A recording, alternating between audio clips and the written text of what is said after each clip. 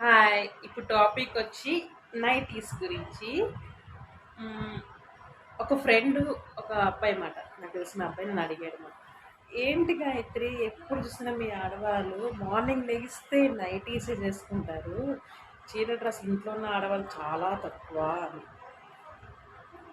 కరెక్టే. నేను ఆలోచించి, అవును, ఇంట్లో ఉంటే లేడీస్ ఆ నైటీస్ వేసుకుని, ఆ నైటీస్ కూడా ఎలా వేస్తున్నారు తెలుసా ఇప్పుడు, ఏదో యూనిఫామ్ లాగా స్కూల్లో పిల్లలు యూనిఫామ్ డ్రెస్ వేసుకుంటారు కదా, అలా మనం ఏం చేస్తున్నాం అంటే నైటీస్ యూనిఫామ్ లాగా వేసేసుకుంటాం. వంట చేసేటప్పుడు, షాప్కి వెళ్ళేటప్పుడు అయితే చున్నీ వేసుకుంటారు.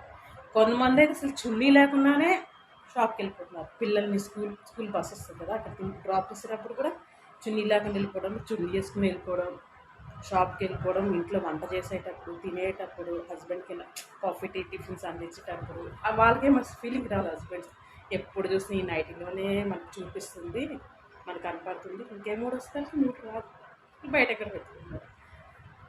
ఇంకా వీళ్ళని వదిలేస్తే ఏమవుతామంటే మనం బస్సు ఎక్కేటప్పుడు కూడా ఛాన్స్ వస్తే, ఆ అవకాశం వస్తే ఈ నైటీస్ మీదే బస్సు ఎక్కేయడం కూడా చేస్తాము.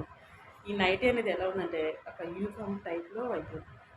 ఆ అబ్బాయి మా ఫ్రెండ్ అని మొన్న అడిగి క్వశ్చన్కి నాకు నేనే ఆన్సర్ చెప్పలేక నవ్వుకున్నాను నిజంగా. ఈ నైట్ ఎట్లా యూనిఫామ్ లాగా అయిపోయింది.